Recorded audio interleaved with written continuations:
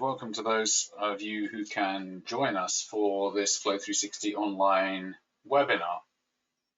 This session today is not strictly a full training session. It's more of a roundup of things that we've added during the past 12 months in particular, and also in some cases just a reminder of one or two bits and pieces to make sure that you are getting the best use of the solution. We will be looking at some issues that really apply to all users at the beginning of the session, during the first sort of third of the session, and then during the latter stages we'll focus a little bit more on issues and items that are more specific to those who have manager roles or who are in charge of a team or manage a particular service area. So we're going to start off by just doing something very basic, which is looking at personal preferences, and a reminder that all users, no matter what type of user you are, you have control of many aspects of Flow360, and you can gear how the solution works for you from your own personal preferences. So I'm going to log in just as a general member of staff into our demo solution, and I'm going to go to the preferences button. So a reminder, first of all, that the preferences button is this one, which has the two little tick boxes. And if you hover over it, it says go to your personal preferences. And that button, really, you can find on pretty much every screen in Flow360. On the start screen, of course, it's on the main start page. And as you move through the solution, when you start looking at lists of things, you will find it in the left-hand side pane. So I'm going to click that, and looking now at the preferences for Anne Jeffries, just as a general user. And there are various things in here that you can, of course, control for yourself. Things like, what is the default setting for documents that I upload? What happens when I click on a button in a list view? How are the list views of site resources ordered for me as a user? So primary managers and main managers have settings that they can use which control how these things work for staff users in general, but each individual can go to their personal preferences and say, actually, when I'm using the system, I want it to work like this. And one of the things we added recently was the opportunity for individuals to limit the number of records that are returned in list views by default. You will know when you click on the help desk list button or the messages button or the works button that you can end up with hundreds maybe of records listed, and they can be a little bit slow sometimes to load, because very often when you're loading a list up for the first time, it has to perform some calculations in order to make sure that everything is up to date. And by limiting the number of rows that are returned in the list, you can speed up that process. So if your normal way of working is you'll go to the list and then probably immediately go to the filters and say, actually, what I want is this subset of records, it makes better sense for the list to show as quickly as possible, and by limiting the number of records, you can speed that process up a little. So there's an opportunity here to do that in your personal preferences, and it is this option here that says max rows limit in default lists. So currently in Anne's preferences, it's set to 30. So let me just show you quickly what that means. If I go back to my start screen and I click the button to look at Anne's list of issues, we can immediately see here at the top, number of records, 30. And then it also confirms in bold type, the set is limited by preferences to 30 records. But more records exist. So it does say, if you've limited your set to just a smaller number, it will tell you if there are more available. And then it says use the find button in order to get more records. So good opportunity then to also remind you that the find button is really what you should be using when you want to find a subset of records. You can, of course, order records by clicking on the column headers, and for some things that's useful. And of course, from the front screen, you will probably know you have these quick search boxes that you can type directly into in order to find a particular record. But if you want to find a subset of records, then the filters is the way to go. So if we click on the Find button and say, just quickly show me everything that's been entered into Flow360, say in the last 6 months, in terms of help desk issues, for me as a user. So remember, I'm logged in just as a general member of staff. So in that case, there may not be that many. In the case of Anne, here we have 32 records listed. So let's go back to those preferences. And here you can see the preferences button. I did say you could find this on pretty much every screen, and you can see it again here. And I wanted to point you towards one other new thing that we added here on the preferences side, which is this on the messaging tab.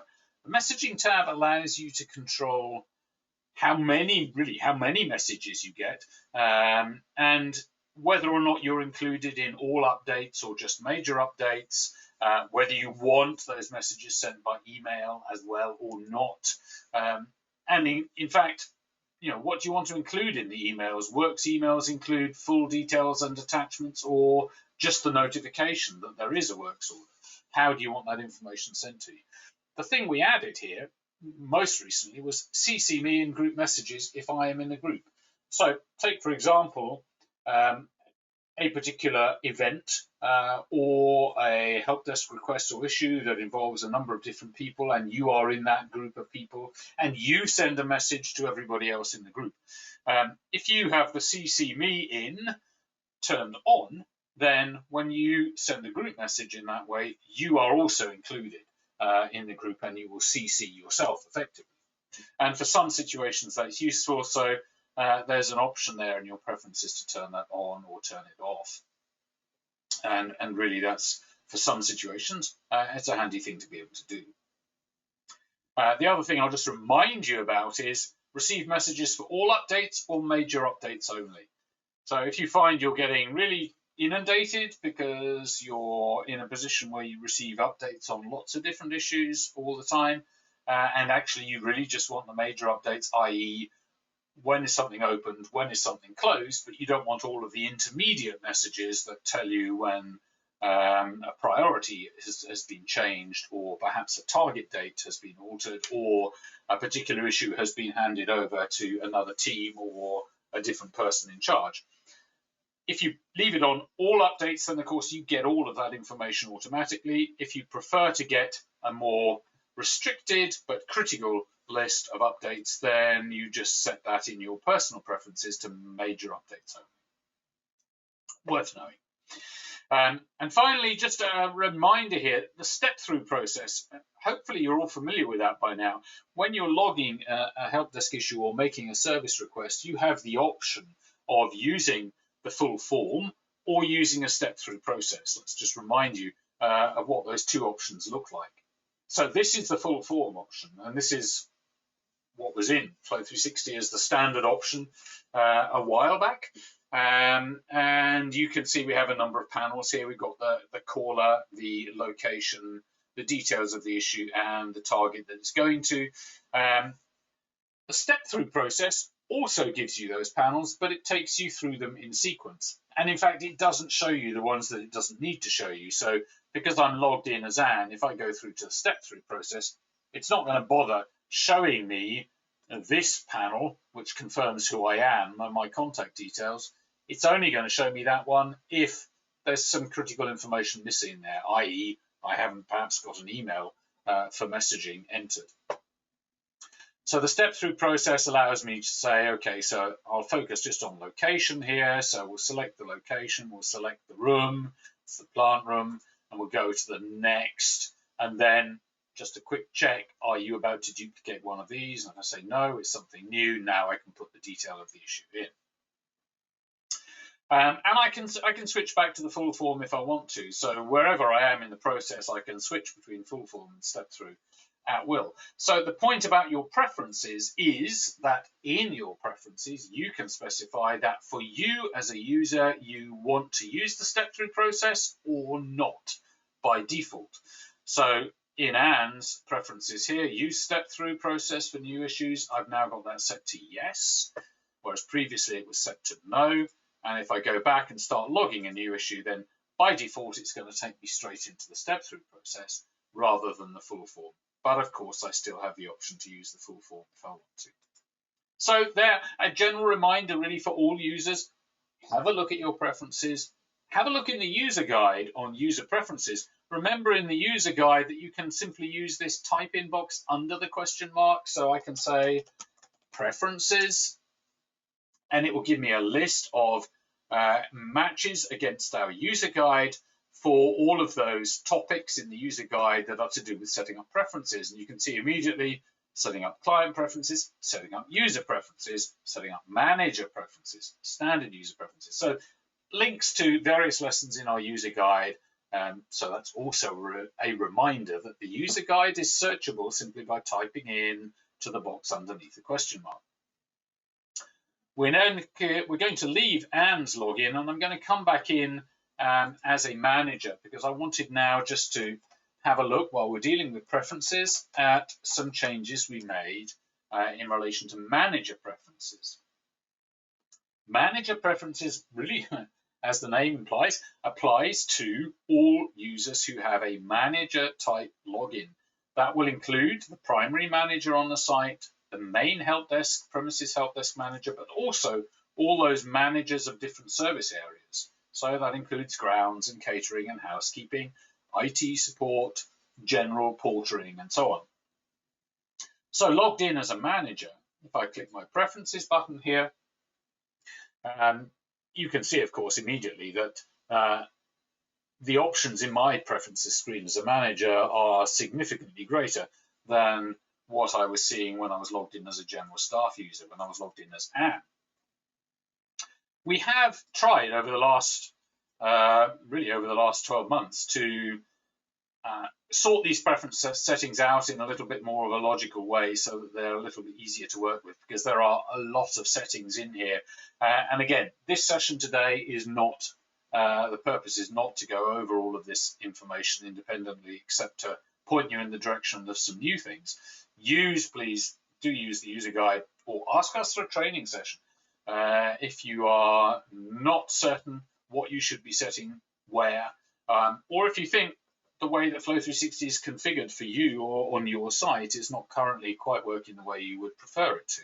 There are a lot of options, there's a lot of flexibility here, so it should be possible to get it working exactly the way you need it to. So on the Manager tab, we have Primary Manager Preferences and some more Primary Manager Preferences. And then on the Services tab, we have all of these Service Manager Preferences that allow each individual separate service area manager to specify how Flow360 works in relation to issues for their service area. This allows each service area to really configure the system to work differently for them to work in the way that they need it to. And one thing I wanted to point you in the direction of that is a new addition here, a very recent actually addition, is this option here where we can extend the restriction that already existed to hide the work type or category options from on the new help desk issue form. You may recall just from a few minutes ago that when I was logged in as Anne and I started logging a new issue, help desk and category, work type and category options were showing on the form. That can make the form over heavy in terms of detail and options. And some people prefer that for general staff users, really those options are not shown. We keep that entry form when you're detailing what the issue is as simple as possible. So there are some options in your manager preferences to hide some of those things. So, for example, if I say, well, we're not going to link help desk issue types and category lists. We'll come back to that a little bit later in this session. But I do want to hide those work type options on the form from general users. So you see the asterisk after this, and the asterisk says applies to general users only. So if I just leave it like that, then it's only going to apply to general users. That's typically sort of academic staff. But we now have an option to extend that. So I can extend the hiding to include general admin users. So that might be things like boarding house staff. Or beyond that to general admin users and providers field users. So that covers your internal workforce as well. Or indeed, general admin help desk. That's a particular user type for people who enter lots of help desk issues, and providers field internal workforce. Or indeed, if you want to go even further than that, you can say, just hide that option from everybody except managers. I only want managers to be able to select work type and category options when they're logging new issues. So that's a very handy thing to be able to do. And it allows you to control how comprehensive or simple the entry forms are. And that's a balance between wanting people to be able to put in enough information, but without overloading them with options. And of course, because this is in your preference and it's a service manager preference, you can change it really whenever you want to. So you can try it one way, see how you go, get some feedback from staff. If you're not happy with that, then you can switch it back the other way. If you're a general member of staff, of course, it's useful for you to know that these things are available to your managers as well. So if you're finding the way the system works for you is either not giving you enough options to specify what you need to, or it's actually a little bit overloaded, then talk to your manager about maybe setting things up differently. Remember as well, of course, go back to the user guide, look at manager preferences, look at general user preferences, and so on. All right, something else that is new that we added.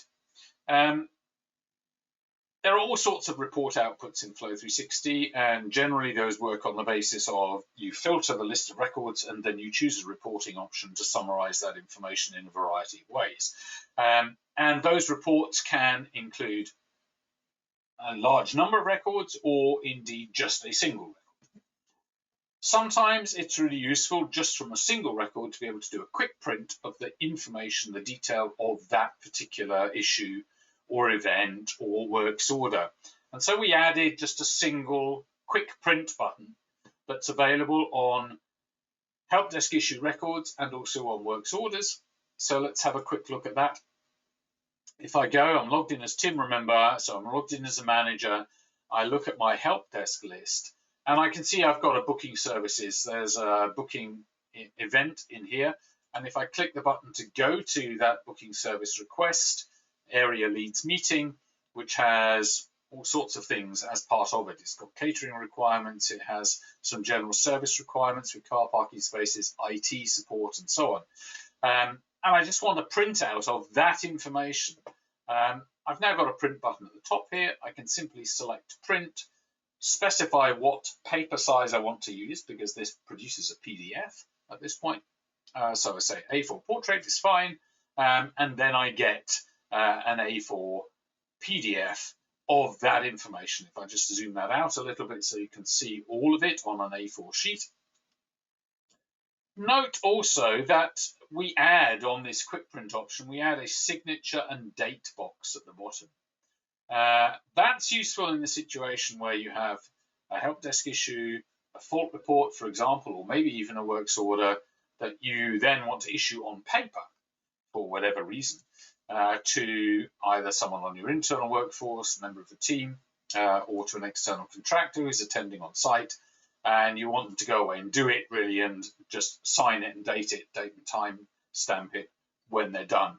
So on the paper, we have the opportunity for those people to do that, and that's a useful addition just for that quick print option. So that's available, as I say, that's available on help desk, fault reports, service requests, and also on works orders.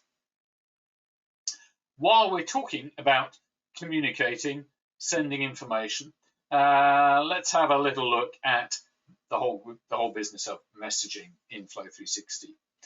You will be well aware by now that a lot of messages are generated by Flow360 in the background when things change. We've already been talking a little bit about preferences one way or the other for what volume of messaging you get.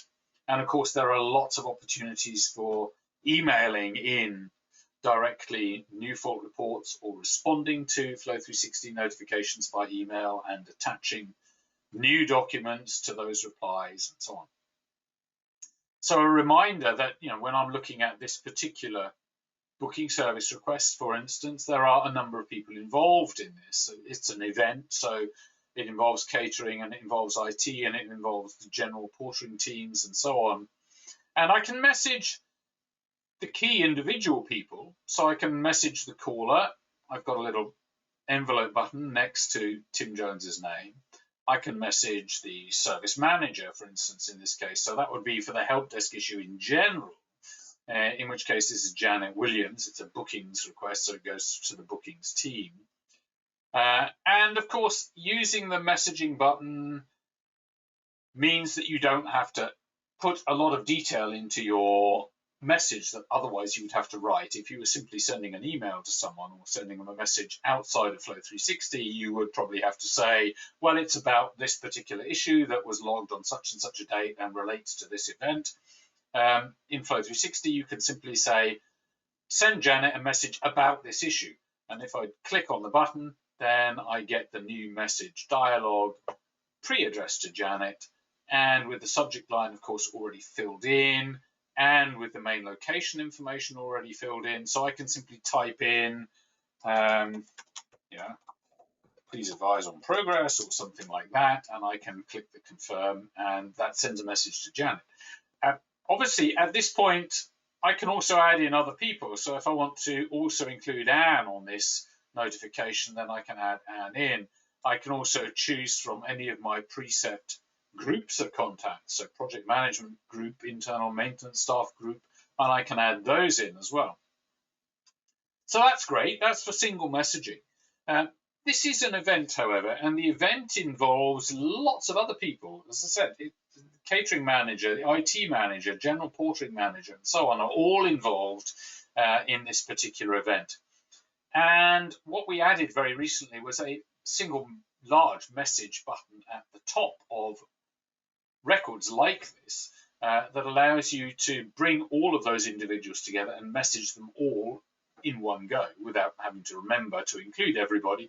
So if I click on the big message button at the top here, you can see that this is now pre-addressed to Chris, Julie, Janet, and Tim. These are all people who are involved in this particular issue. So I can send a message about this booking service request to all of those people. Beyond that, if I go to the actual booking record itself and I click on the message button, I've now got a message that's actually addressed to 10 people, because now we're looking at the event record itself, the booking, with all of those sub-service requests. And by clicking on the message button, the new big message button from the event, the booking event record itself, I can message everybody, including all of those managers involved in those additional services that are involved in this particular event. So in this case, it's pre-addressed to 10 people. If I want to drop any of the people off the list, I can just click the little red cross next to their name. So if I say, well, actually, Julian, I don't need to include in this, so I can simply click that button and it drops Julian off the list. And of course, at this point, I can also add new people in or add groups of people. So that new big message button at the top is really useful. It's a message all. It allows you to quickly send a message to all of the people who are involved in a help desk issue, a works order, an event like this, a multi-service event, a project, for instance, where again you have multiple personnel involved in a project, or an inspection or an incident report. All of those things, you can message all of the personnel in one shot by using that button. While we're on the subject of messaging, we also added a number of things on the email side. And on some sites already, that's proving quite a sort of revolutionary step in terms of how they use Flow360 for email managing and email notifications. What we added was the facility to put #assign and then the email address of somebody in an email reply to a notification of a new issue that you've received. So let's run that through as a scenario. You are the manager of a service area. Someone's logged a fault report or service area request, which has come through to you as the team lead or the area manager, and you want to assign that issue on to a member of your team. You might go into Flow360 to do that, of course, and that's straightforward.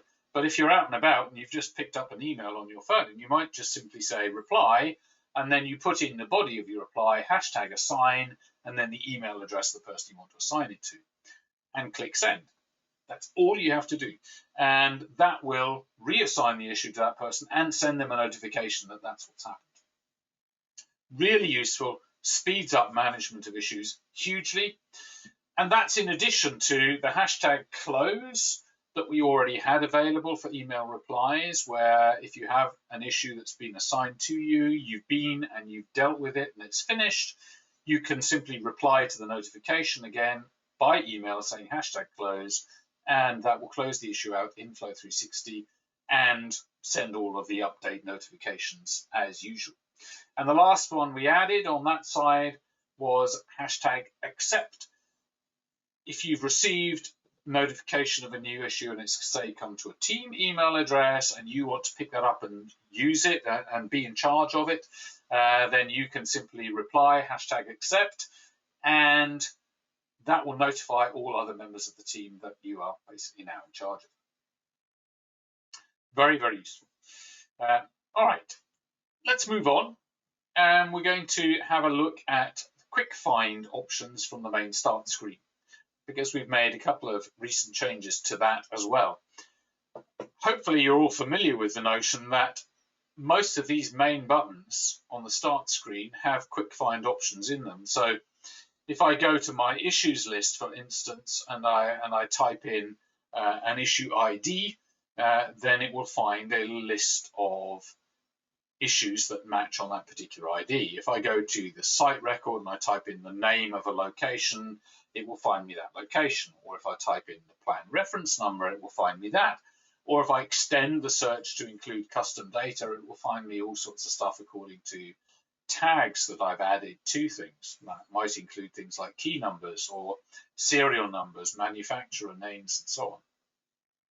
One of the things we added was the facility, say on the works side, to find a specific works order by individual reference number.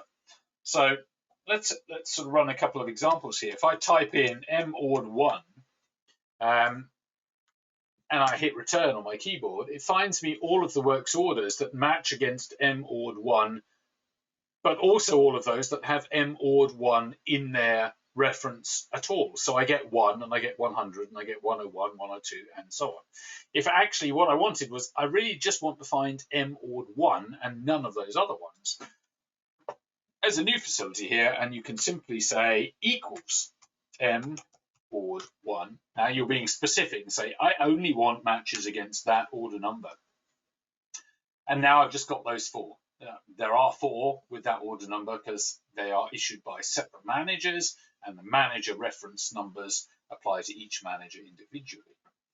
But there are my there's my restricted list. So that's very handy from the works list. You can find a range of works orders easily by typing in a partial manager order reference. But if you want to find just one specific one and not include any others that might have that reference in their reference as well, then you can be specific about it now and just put equals at the front of that, and that makes it easier.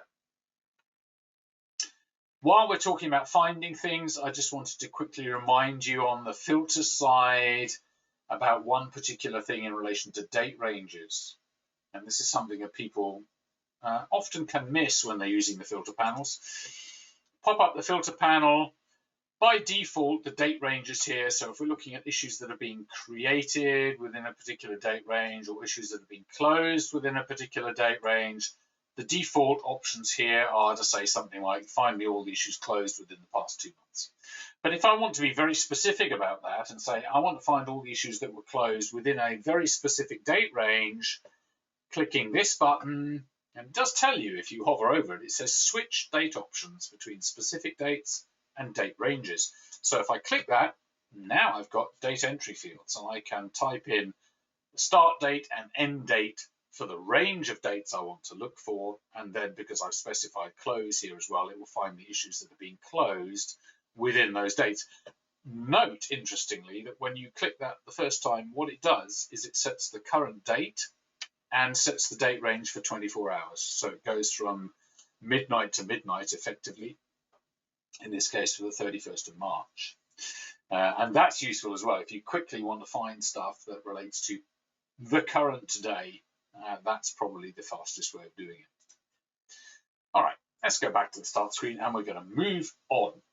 I want to talk about Active Directory for those managers, particularly, who don't currently have this set up, but also of interest perhaps to any member of staff who might be watching this. Active Directory synchronization or Active Directory authentication is part of the sort of single sign-on capability that we can put in place for your site, which essentially means that once a person has logged on to the school or college site at your end, then they can simply click the Flow360 button and go straight into their Flow360 user account without having to enter a Flow360 username and password in order to get at their account.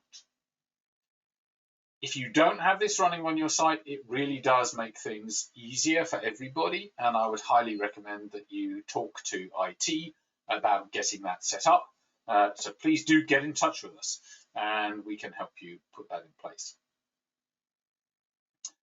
While we are logged in now on a manager's login, I want to look at team setups, and we've added some new stuff to team setups, and I just wanted to remind people, if they've not come across them, where those are, but also for people who perhaps may have missed those updates over the last while. We've all been involved in all sorts of things in the last year, and it's easy to have missed stuff out. So I go to my team setups, and I do that by going to, first of all, to my manager home, and then to employees, and then to teams. And if I look at the team setups, let's go to the general maintenance team, for example. And the first tab I see, of course, is team members. And then there is a setup tab. And the setup tab allows me to do all sorts of things. I'm not going to go over the detail of all of this now. It's in the user guide. I really just want to remind you that getting the team set up right has a dramatic impact. It really makes a difference to how efficiently the teams can operate. It also really enables you to remove middle manager time that's often spent micromanaging issues, when in fact you can target stuff directly very easily. And on the help desk work type remits side, one of the things we added was the facility to target issues based on user-defined categorization lists. Now, again, we've run tutorials in the past on how this works. This is really just a reminder at this point. In this case, the general maintenance team, for example, very specific thing here. If someone enters a premises issue that is about heating and it specifically says the subcategory is heating not working, then that's going to go to the general maintenance team. Setting up the remits for teams has a huge impact on how efficiently the system works for you. It also improves the way that teams work. It gives them greater autonomy. The team setup allows you to specify a lot in terms of how issues are shared, who can do what. One of the other things we added over the recent months, this probably goes back a little way, but let me just come into Tim's account again and just show you on the main maintenance team. But one of the other things we added in here was shared lead capability. So if we look, say, at the maintenance team in this case, there's an additional tick box on the team members tab that has an L above it. And if I hover over that, it says team member has full lead capability. This allows you to have more than one person with the ability to do whatever the team lead can do. And the team lead can do a lot in terms of changing the team setups, managing issues, assigning issues to members of the team, and so on. It's very often useful to have particularly in a big team, to have more than one person who has that capability. And so now there's that additional option on the team setup, on the team members tab, that allows you to say this person is also effectively team lead. We can let him or her do whatever the team lead can do in terms of managing, both managing the team, but also in terms of managing issues. And then the other thing that we just looked at was this whole business of being able to assign things in terms of categories. So let's just look at that in practice. If I load up a new issue and I'm logged in as Tim and I say this is a premises issue, we have some categorization list options here. I just need to go back into my preferences and change something over to show you this. So I'm going to link categories options together now. And I'm going to change this setting as well. And we go back in here. I'm going to select the premises issue and just show you this categorization option that we were talking about in terms of team remits. So I've set its premises and I've got some categorizations preset here that are user defined. So I've defined these as a service area manager. And for instance, heating not working. As soon as I select that, note please that it's going to the general maintenance team, because that was a remit that we set up for that team specifically. It might well be that you have other remits here, other categorizations that would be then diverted to different teams. It gives you enormous flexibility in terms of how issues are targeted. One last thing in relation to teams is the whole question of document control. And this was a thing we added, it's a little while ago now, and we have got some tutorials about it in terms of document manage generally. But while we're looking at teams, I wanted to remind you about that. Go to my manager home, go to my teams again, and I've got a document control team set up. And there's a simple option here on the setup which allows me to specify enable document control level, either as owner or as collaborator. Any member of this team can manage documents for this client and site. And that's really useful because it means you can have a document control team that is in charge of making sure the documents are up to date, that the versioning is done centrally by a team who are all in touch and in charge of what is going on, and can change the visibility of documents, can upload new versions, and basically can keep control of that whole side of things. You can set that up for any team. Most typically, of course, you would set up a specific document control team to do that. Okay, so let's move away from teams. And I wanted to look at a couple of options that we added for start screen options on buttons. You can see I'm logged in as Tim here, and I've got a bookings button. That's been an option for a very long time. But also in the last little while, we added in the facility to have accommodation. So this would be internal staff accommodation and also lettings. Lettings are bookings to outside agencies. So if you have locations, buildings, rooms, events, locations that you rent out to other people, sports facilities as well, perhaps, that are essentially lettings to outside personnel or outside agencies, then they will show up under lettings. Any bookings that are longer term bookings, say for staff accommodation, will show up under accommodation. So if we have a quick look at that, we can see a couple here. One running through from 2020 to 2025. And when we're looking at staff accommodation, we have some additional options here that were also added a while back, but I wanted to bring to your attention again in this session today, which is that you can specify in advance here, in relation to this particular staff accommodation, whether or not your on-site team has access to that location if there are faults reported or if there's general maintenance required, and what the restrictions are in terms of allowing them access to the site. So access with prior notification, yes or no. Access Monday to Friday, as effectively work days. For faults, in order to fix faults, yes or no. So if you say no to that and a fault is reported for that location, then you're basically telling the on-site team, yeah, you can't actually go in without talking to the person first to make sure that it's okay. You can't just turn up and let yourself into the property or let yourself into the flat in order to fix that. So that information, very useful, that you can control that on a staff accommodation basis for each individual staff member, for each location member.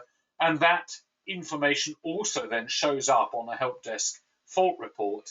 When a new fault report is logged, it will tell you clearly on the fault, yes or no, you can have access to this location in order to fix that particular fault. So, bookings, accommodation, lettings, 3 different button options now that you can set as your main start buttons on your start screen. And just a reminder, go back to your personal preferences. Where do you set up your start screen buttons? You go to your personal preferences, you click the tab that says main start options, and you select here what you want your buttons to show, and indeed which of the 3 layout options you want to choose. Standard is the sort of 9 buttons around a circle. That was the Flow360 original. The simple option is simply 3 buttons. That's typically used by general staff users. The Pro layout is up to 12 buttons, typically used by management. And you can then specify what those buttons are and what order you want them in. That's old stuff. It's been there since the beginning, but just a reminder of how you get at it. A quick look at events management. We have some bookings already set up. We had a service request that was set up here. You'll recall we looked at it a few minutes ago. And one of the things we added was some additional capability in order to edit the linked service requirements for a particular event. So this area leads meeting already has catering, general service, IT support requirements. Supposing I need to edit those, having produced this and sent it out to all of those service area managers already, and I need to make some changes. Maybe I need to change the start and end time for the event. And in order to do that, I can click the little edit button next to the date and time boxes. And it reminds you here that date changes are logged as events and notifications will be sent to relevant personnel. So if you do this, it automatically notifies people. If I need to change the catering requirements, let's say that's quite a common thing to have to do really right up to the event happening itself. I can click the little edit button next to the details here. And what do I now want to do? I can edit the details text, I can edit the existing service requirements, or indeed I can add new service requirements. So if I click on add, for instance, I can then select from additional services that I want to add. Alternatively, if I click on edit, I can choose any of the existing services and say, okay, I need to edit the catering requirements for this event. And I then get a dialog which lists all of the existing catering settings, and I say, well, actually lunches, I need lunches now for 5 rather than 6, so I can simply go in and change that number and click confirm, and it would change it here and also change it on the main catering service area request that the catering manager has already been notified about, so it updates them as well. Very important, very useful. Events management, go in and change the service area requirements as and when you need to, very simply. And that works for recurring events as well. So if you have the same event happening every week for the next 6 weeks and you need to change the IT support requirement for the next few meetings, then you can go in and edit it and change that, and IT automatically get a notification that you've made that change.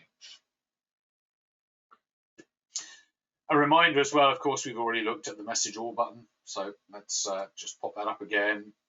We can get that message, send it to everybody. But remember, if you make edits to the catering or service requirements, those messages are sent automatically so that you don't also need to send a message separately, manually. I wanted a quick look now at standard inspections and standard tasks and inspections attached to standard tasks. Hopefully you're all familiar, particularly those managers of you who are watching this session, you're all familiar with the notion of standard tasks, and you're all familiar with the notion of inspections. So inspections are preset tick lists effectively. If I give you an example quickly, we have some inspections here for King's College in our demo site, and we'll just have a quick look at one of those, say, a building fire safety inspection. We'll pop that open.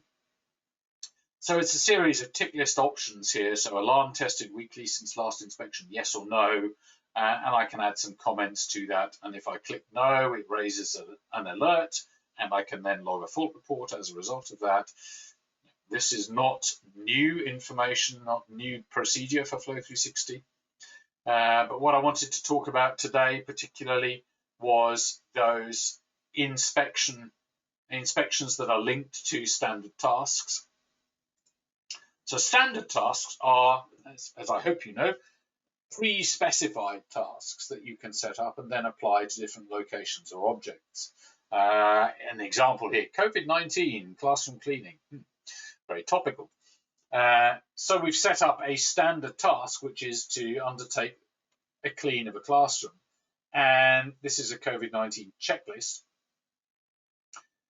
And we've got door handles sanitized, cupboard handles sanitized, and so on. Yes, no, yes, no, yes, no. In order to allow cleaning staff to follow this through on a daily or weekly basis to make sure that classrooms are cleaned down on whatever schedule you set up. So having specified that as a standard task, having created the tick list that we want to use and attached that to the standard task, I can now pick up that standard task and attach it to all of the relevant classrooms. So you might have different cleaning regimes for classrooms as opposed to toilets or washrooms, as opposed to corridors or circulation areas. You can specify your particular cleaning requirements for each of those, set up your tick list, attach it to a standard task for that location, those locations, and then schedule those cleaning activities, and your inspection, your tick list comes up with it, so that you maintain a record of what's been done, when it was done, and who confirmed that it was done and when it was signed off. Standard task inspections, again, there's a lot of information in the user guide on that.